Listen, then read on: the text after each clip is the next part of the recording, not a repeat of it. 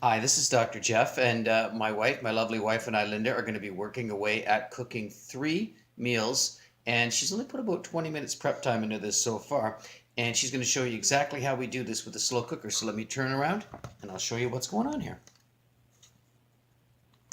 It's, Yep, there you go. Hi, welcome to Jeff and Linda's Cooking Corner. We'll call it that for today. So Jeff and I got up this morning and we're making 3 meals, and all 3 of these meals should probably go around twice for the family.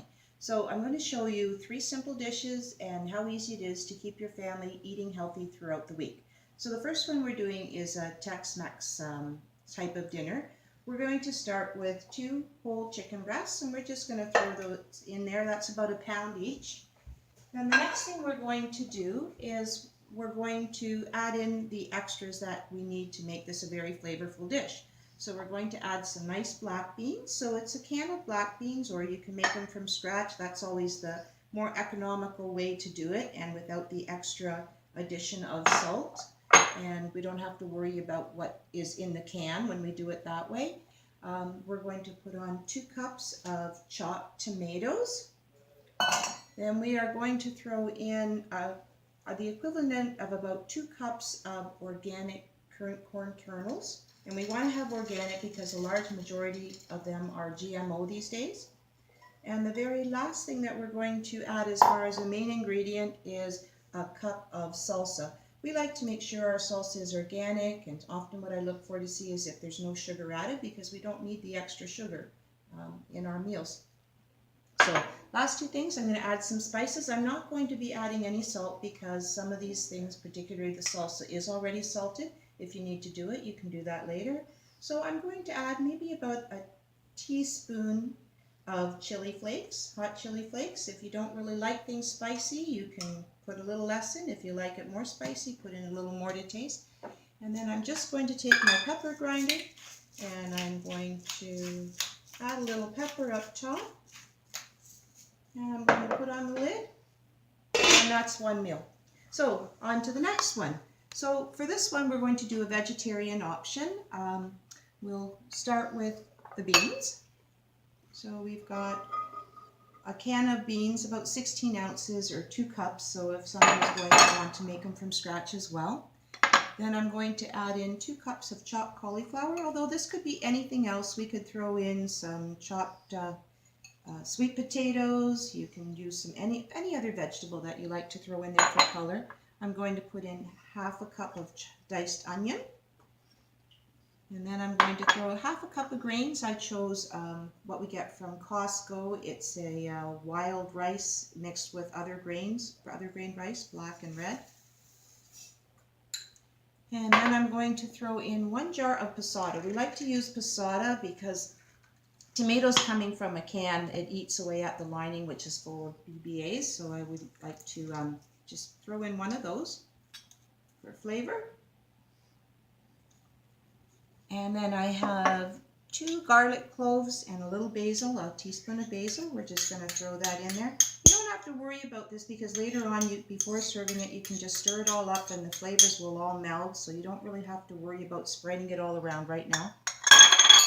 The next thing I'm going to do is if you want this to be vegetarian, please use a vegetarian broth, but I didn't have one handy. I'm just using a chicken because we don't really care. So I'm just going to throw in this one as an organic one as well. And so 1 carton of this.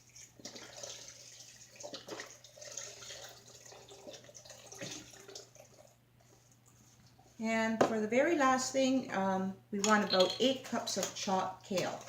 So I just took one of these from Costco.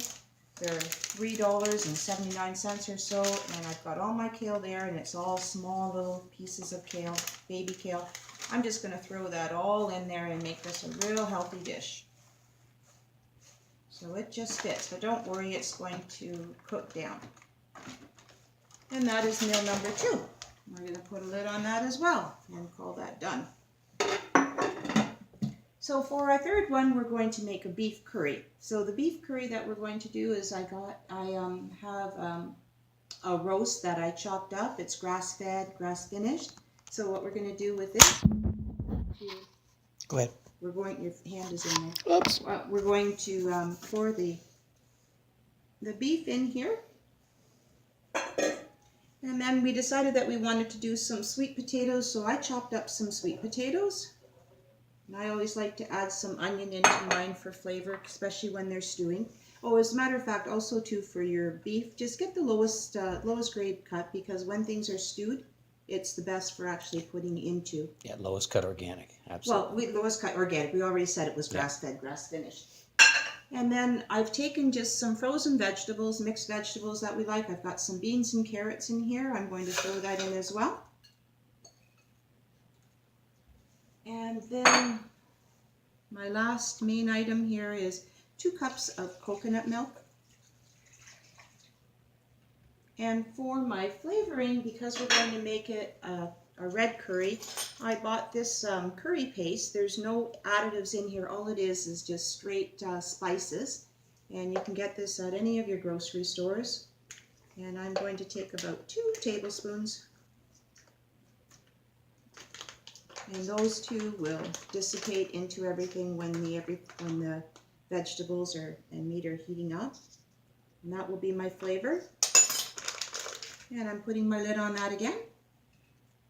And we're going to plug all of these in for around 8 hours on low. And at the end of it, all of these dishes can be served over either a quinoa or a millet or an organic rice base. Make sure everything is whole grain. If you want to add some extra punch onto some of these meals as well with the Mexican salsa, our favorite way to eat them is we chop up a lot of tomatoes and peppers and fresh onions and some avocado, and I have them handy so that after we put them on a base of quinoa or rice, then we add this meat dish, and then we add on a pile of fresh vegetables.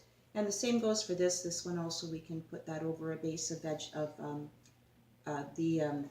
the curry as well. We can put that over a base of rice. And for this one, we've already got everything all intact. And remember, this isn't just your meal. Always have some fresh vegetables on the side. It's always important to amp up on those as well. So there you have it. We've got 3 meals. It took 20 minutes of prep and about 5 minutes to put them all into the jar. Thanks for coming to our cooking corner.